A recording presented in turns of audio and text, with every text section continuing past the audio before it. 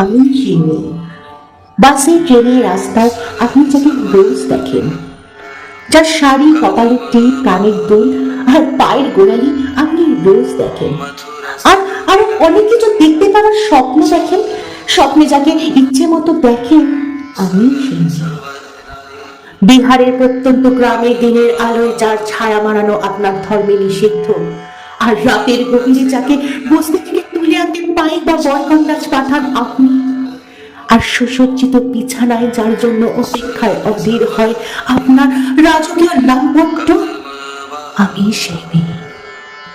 আমি সেই মেয়ে আসামের চা বাগানে ঝুপড়ি কামিন বস্তি থেকে যাকে আপনি নিয়ে যেতে চান সাহেবে বাংলোয় মধ্যরাতে, ফায়ার প্লেসে ঝলসে ওঠা আলোয় মোদির চোখে দেখতে চান যার অনাবৃত শরীর, আমি সেই মেয়ে। রাজস্থানের শুকনো উঠান থেকে পিপাসার জল আনতে যাকে আপনি পাঠিয়ে দেন 10 মাইল দূরে সরকারি বিদ্যালয়, আর 20 মাইল হেঁটে ক্লান্ত বিধ্বস্ত যে রমণী খরা কাঁধে ঘরে ফিরলে যাকে বসিয়ে দেন চুলার আগুনের সামনে আপনার রুটি বানাতে, আমি সেই মেয়ে।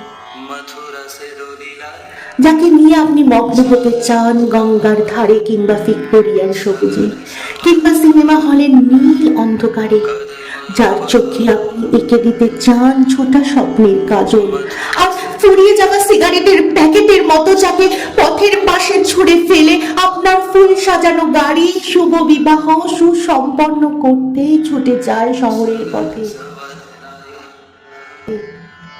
কোণে দেখা আলো, গধূলিতে একা দাঁড়িয়ে থাকা, আমি সেই মেয়ে। আমি সেই মেয়ে।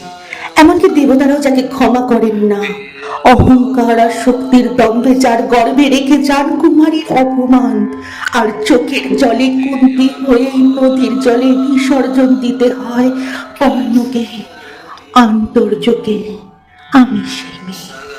সংসারের অসময়ে আমি ভরসা, আমার ছাত্র পড়ানোর টাকায় মায়ের ওষুধ কেনা হয়, আর বাড়তি রোজগারে ভাইয়ের বই কেনা হয়। আমার সমস্ত শরীর প্রবল বৃষ্টিতে ভিজতে থাকে, কালো আকাশ মাথায় নিয়ে আমি ছাতা হয়ে থাকি, ছাতার নিচে সুখে বাঁচে সংসার। আপনি আপনি আপনারা আমার জন্য অনেক করেছেন, সাহিত্যে, কাব্যে, শাস্ত্রে, লোকাচারে আমাকে মা বলে পুজো করেছেন, প্রকৃতি বলে আধিক্যতা করেছেন, আর শহরগঞ্জের কানা গলিতে টোপের রং মাখিয়ে খুঁটি হাতে দাঁড় করিয়ে দিয়েছেন। হ্যাঁ, আমি সেই মেয়ে।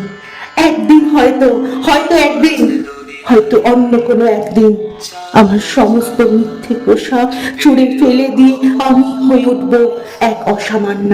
খোলা চুল মেঘের মতো থাকবে আমার খোলা পিঠ, দু চোখে চলবে ভীষণ আগুন, কপাল ঠিকরে বেরাবে ভয়ঙ্কর তেজ ও রশ্মি, হাতে ঝলসে উঠবে সেই খড়গ, দু পায়ের উপরে বেজে উঠবে রণদুন্দুবি, নৃশংস অট্টহাসিতে ভরে উঠবে আকাশ।